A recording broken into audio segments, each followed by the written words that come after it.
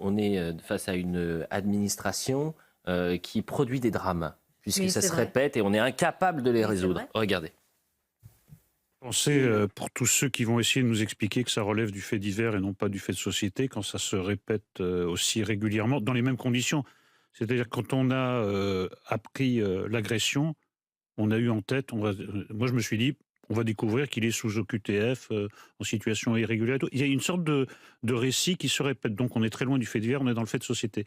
Et puis vous avez résumé tout à l'heure la machine administrative. Et la machine administrative française, que ce soit envers les étrangers ou envers la délinquance à Marseille et ailleurs, c'est une machine à produire des drames en fait. C'est une machine qui ne se remet jamais en cause et qui produit ce genre d'individus à la chaîne.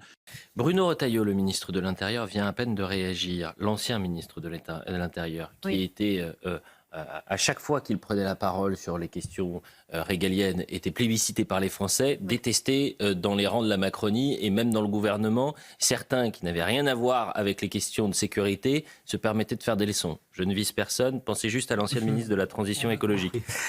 Et voilà ce qu'il dit. Quand l'idéologie des sages prime sur la sécurité, ce sont les innocents qui payent le prix. Sans rétention ni expulsion, l'État abdique. J'avais alerté sur la nécessité de prolonger la rétention des OQTF dangereux, mais le texte que j'avais proposé et qui avait été voté a été censuré, parce qu'en plus il avait été voté à l'Assemblée nationale.